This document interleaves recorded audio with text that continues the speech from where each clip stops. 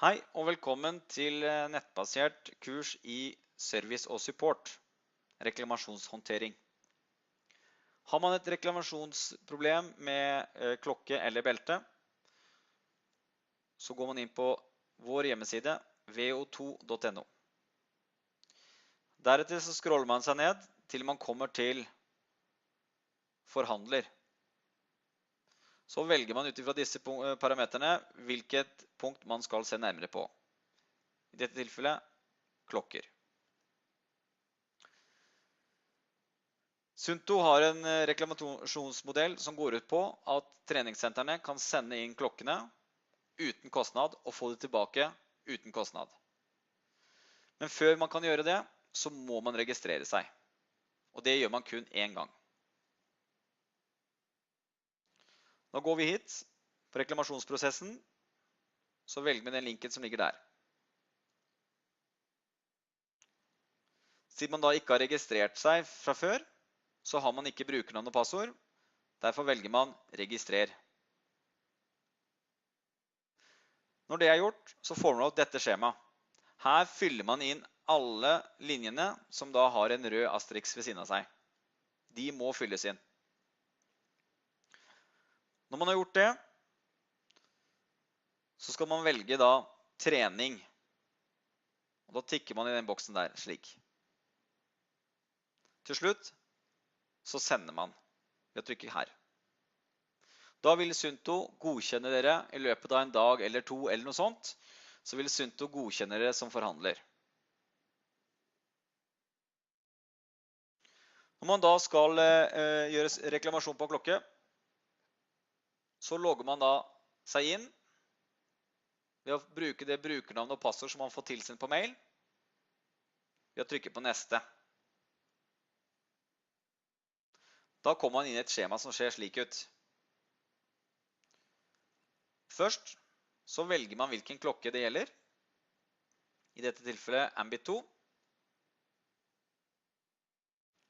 Så legger man inn serienummeret på klokka, og det serienummeret finner man da på baksiden av klokka i en firkantrute.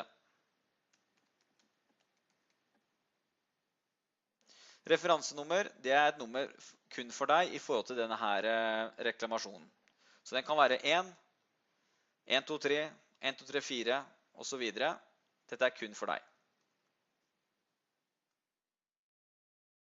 Kontaktperson, da velger du å skrive ditt eget navn. Så går man inn, og så definerer man hva er det som er problemet, etter beste evne. Når man har gjort det, så får man en ny rute, her man kan velge flere alternativer.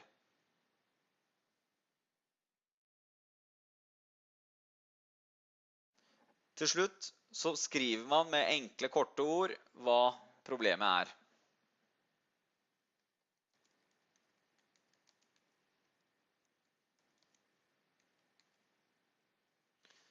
Og da må det gjøres på engelsk. Når det er gjort, så velger man Add Product. Det som skjer da, er at produktet vil legge seg helt nederst her. Og som du da ser, så kan du da legge inn flere produkter. Når det er gjort, så velger man neste, og da får man en bekreftelse som man da printer ut. Denne bekreftelsen skal sjåføren som kommer og henter klokka ha.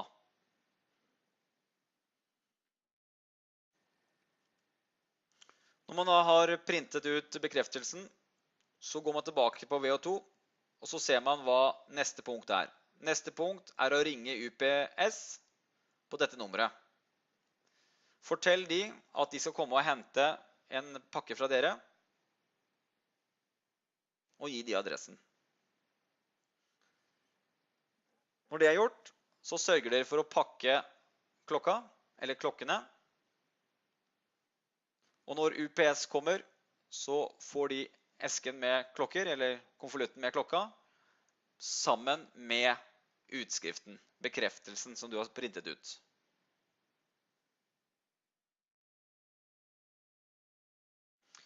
Gjelder det pulsbelter, så er det litt annerledes. Da går man fortsatt inn på vo2.no. Så scroller man seg ned til man kommer til forhandler. Da velger man reklamasjon pulsbelter. Men før man gjør det, så går man inn på feilsøking. Hvis man har sett over disse 3 punktene, så kan man da sende reklamasjon. Og reklamasjon, det er ikke farlig å gjøre. Dette koster deg ikke penger, så du får et gratis belte tilbake. Men du må altså ha gjort feilsøking på beltet. Når du har gjort feilsøking på beltet, så velger du service reklamasjon. Og da er det 2 måter å gjøre det på. Da kan du gjøre det enten elektronisk ved å bruke det skjemaet som ligger her, eller man kan laste ned et manuelt skjema som man fyller ut og sender.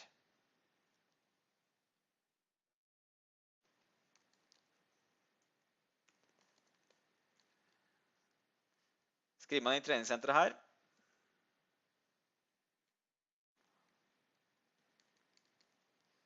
Navn og etternavn. E-postadresse. Adresse.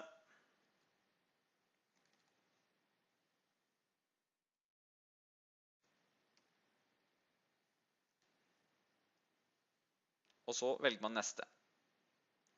Hvis man skal ha glemt å fylle ut noe, så vil det komme opp et slikt felt.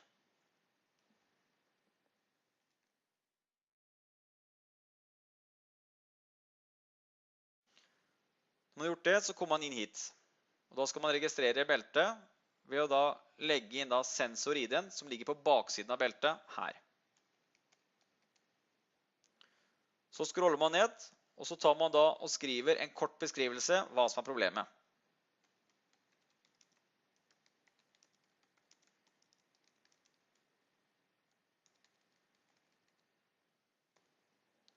Når det er gjort, så trykker man på denne knappen.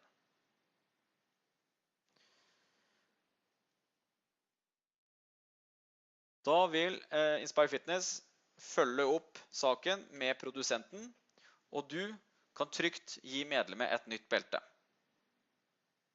Husk at hvis du gir et nytt medlem belte, så må du da se hva som er problemet med pulsbeltet. Er det da strikken, eller er det da plastdingsen som er i midten, altså podden, så gir du kun det som medlemmet trenger tilbake, ikke podd pluss strikk. For strikken selger dere som forbruksvare etter hvert. Så det du gjør da, er at du tar et nytt belte og klipser av strikken, og så gir du plastdingsen eller podden til medlemmet. Så må du huske på at du må inn i Admic og registrere om dette beltet, sånn at medlemmet får tilbakemelding på treningen sin. Da går du inn i Admic, finner fram medlemmet ved å søke her, dobbeltklikke, og så bytter du sensor-ID-nummer her, og så velger du lagre.